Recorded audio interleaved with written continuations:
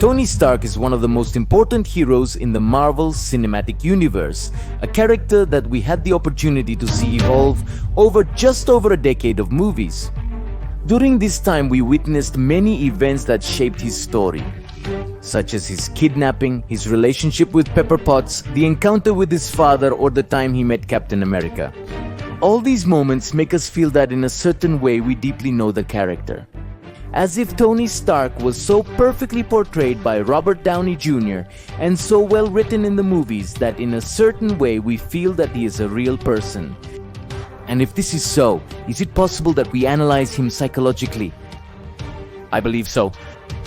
Hello Geekers, I'm Gio, welcoming you to the third season of GOH The Geek Monitor. Today I bring you a completely new section in which I sit down with psychologists to analyze a fictional character. Today we are going to take a deep look at the character of Tony Stark. His obsession with armors, the relationship with his parents, the relationship with Captain America. And finally, how did he go from being an arrogant millionaire to the hero who saved the entire universe?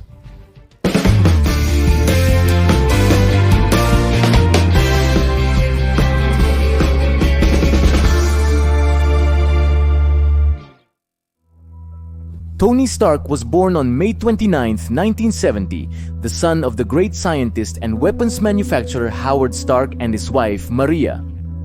From his early years, Tony demonstrated a brilliant intellect, building his first circuit board at 4 years old, his first engine at 6, and graduating with honors from Massachusetts Institute of Technology at 17.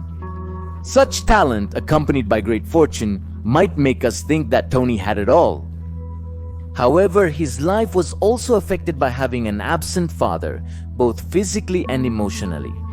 And that's why, to understand a bit more about the role of the father and other issues that influenced Tony's life, I am at the Karantani facilities, where psychologist Axel Ortiz and coach Wendy Avalos, two people with great experience in emotional care, both for children and adults, can help me understand Tony's relationship with his father.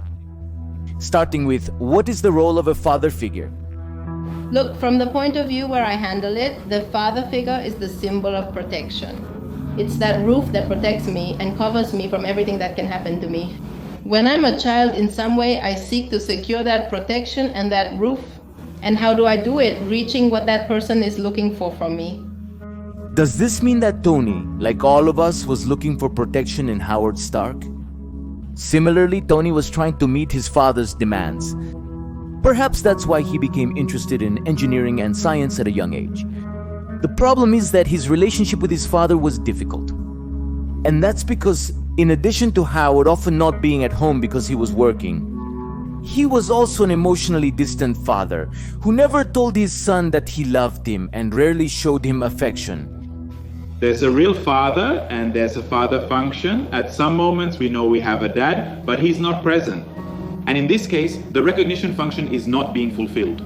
A child is a sponge, a child absorbs, a child is under construction, a child needs to do something and turn around to see if what he's doing is right. And from that reflection, from that look that comes back to him, that's how he knows whether what he did was right or wrong. Is it correct or not correct? Should I adjust it here or not? And when the father is not present, the child still forms an idea. The child is lacking recognition, but also is under stress and pressure and with strong anxiety because he doesn't know how he can please him. In this case, Tony grew up without getting recognition from his father, and this situation caused him tremendous anxiety, which we will talk about later. It doesn't mean that Howard didn't love his son, or that he didn't recognize Tony as a brilliant mind through all his achievements. The problem is that he didn't tell him while Tony was growing up something that every child needs. Tony had to find out about these things through a video we saw in Iron Man 2, in which Howard says he believes Tony will change the world. And we also saw it in the endgame scene, where Tony travels back in time and meets his father. Why does Howard prefer to tell a complete stranger about his feelings rather than his son? I guess that's a topic for another video. The point is, I doubt we can call Howard Stark the father of the year. But what about the mother? I mean, why do we see her so little in the movies and in Tony's life in general? And where is the mom? It's something we're wondering behind the scenes, and the answer has to do with going back in time. At that time, a woman's expectation of fulfillment was to have a family. In that sense, Mrs. Palomita already had a family. And the fact of educating him, the fact of providing him with emotional tools was not necessarily what was expected of a mother of that time. At that time, what was expected was for her to be at home, to be there to receive her son, to be there to meet her son's needs for food, for shelter. For once, after the son had eaten and was, let's say, doing his homework and already in bed, she would remain silent. However, in addition to Howard, there was Marie Stark and Jarvis, the butler who helped raise young Tony. Another person also greatly influenced his life. And that person is none other than Captain America. Let's remember that Howard Stark greatly admired the captain since he met him during World War II. He witnessed his dedication, heroism, and ultimate sacrifice firsthand. This led Howard to often tell his son about the great Captain America, as Tony mentions in the first Avengers movie. The fact that our parents admire someone is quite common. However, the situation changes a bit in Tony's case. Think about any of our dads. They all at some point talk to us about someone they greatly admired. Here's the thing that doesn't happen to all of us. Something that doesn't happen to us is to later bump into that person and be like equals with that person. When Tony meets Steve Rogers, he immediately feels intimidated by him and reflects it by treating him in a hostile manner. This attitude disappears as the plot of the Avengers movie progresses.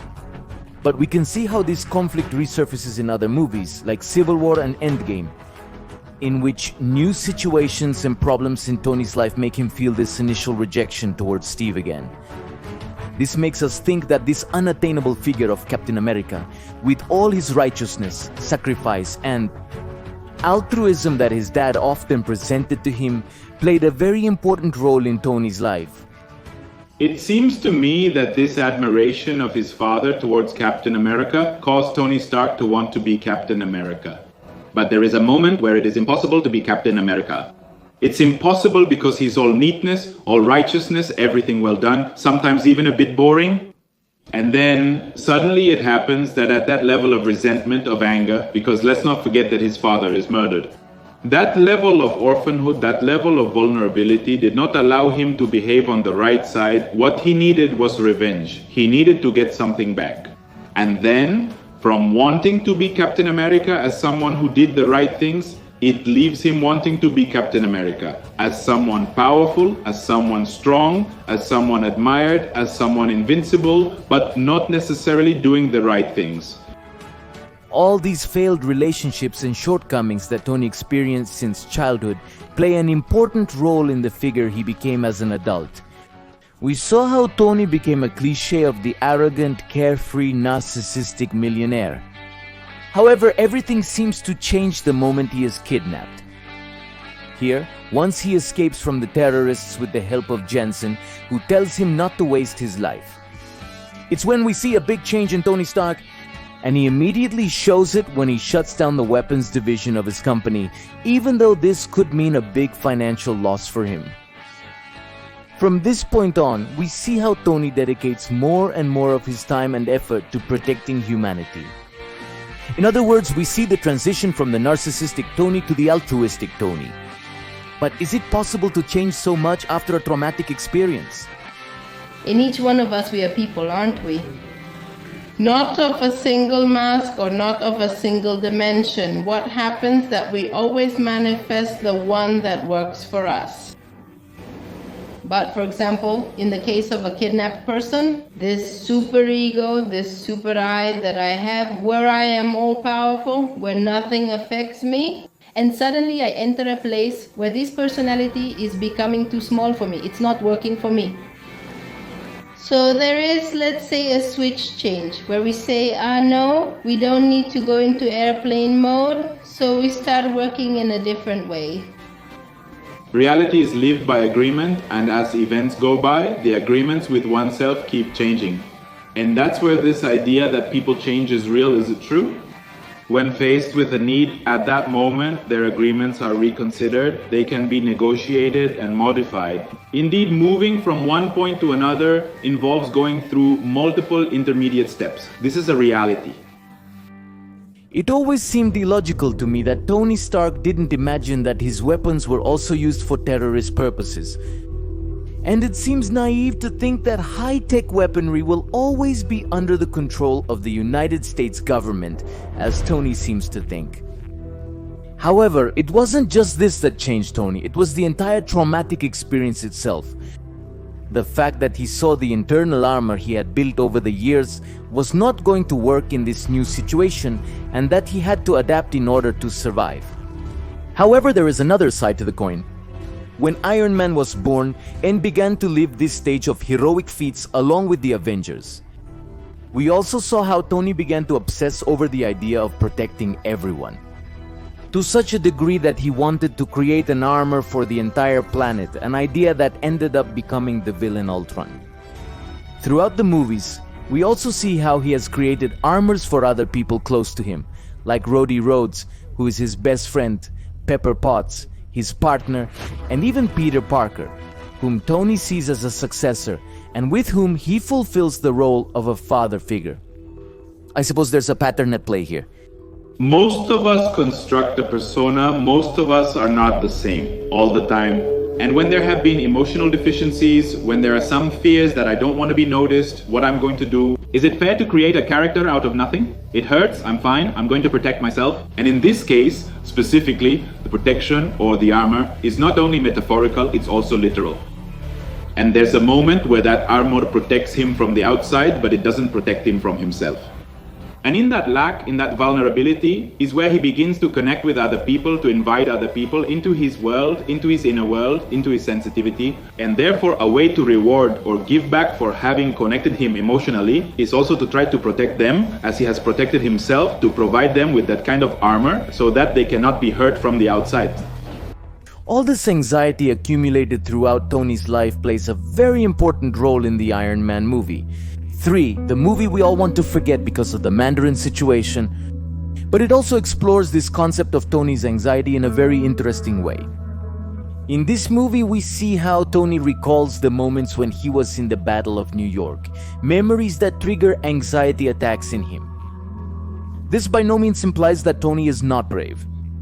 Rather, it has to do with the fact that he has not dealt with his stress in a healthy way throughout his life.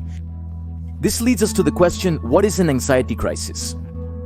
Look, an anxiety crisis is, first, let's understand fear. It's an emotion that leads me to protect myself from a dangerous situation. In the case, for example, of a rabid dog chasing me, if I don't feel fear, it's all over. So do I really need to feel this fear to have this amount of adrenaline and run or jump a fence or climb a tree? Having anxiety is not having a disease. Anxiety is a body's adaptive response to an event that it needs to be alert to, that it needs to flee from. Like in this case of the rabid dog. I mean, indeed, if there is a dog, I don't know if it's rabid, but a dog that is chasing you all the time, that is chasing you. Well, anxiety, stress, the body is going to have those responses to run faster, think more agilely, and that at that moment it occurs to you. How to get out of that dangerous situation? The problem is when the dog is chasing you all the time. Exactly. It's not bad for the dog to chase you once, metaphorically speaking, but for the dog to be chasing you all the time. Yes, a problem exists and eventually the body will collapse as it can't remain alert constantly. Certainly, Tony Stark has been a character that has evolved a lot since we first saw him in the Iron Man movie. He is a person who had emotionally distant parents, was tragically separated from them, and lived emotionally isolated from the world for years. However, in a moment of clarity, he managed to transform all of this into the hero who led an entire generation. Tony Stark's transformation from narcissist to altruist. It's one that feels completely organic over 10 years of movies. A story that begins and ends when Tony Stark says the words, "I am Iron Man." This video could not have been possible without the help of my Patreons. If you want to support me in this project so that I can get a better microphone, recording equipment, and thus the videos will be much better, I will leave the link in the video description. I greatly appreciate all the support. And I also thank Axel and Wendy very much, who helped me to understand one of the greatest heroes of the cinematic universe, Marvel, much better. I'll leave links to their social networks in the video description. That's all for today. I'm Go, the Geek Monitor, and I'll see you in the next video.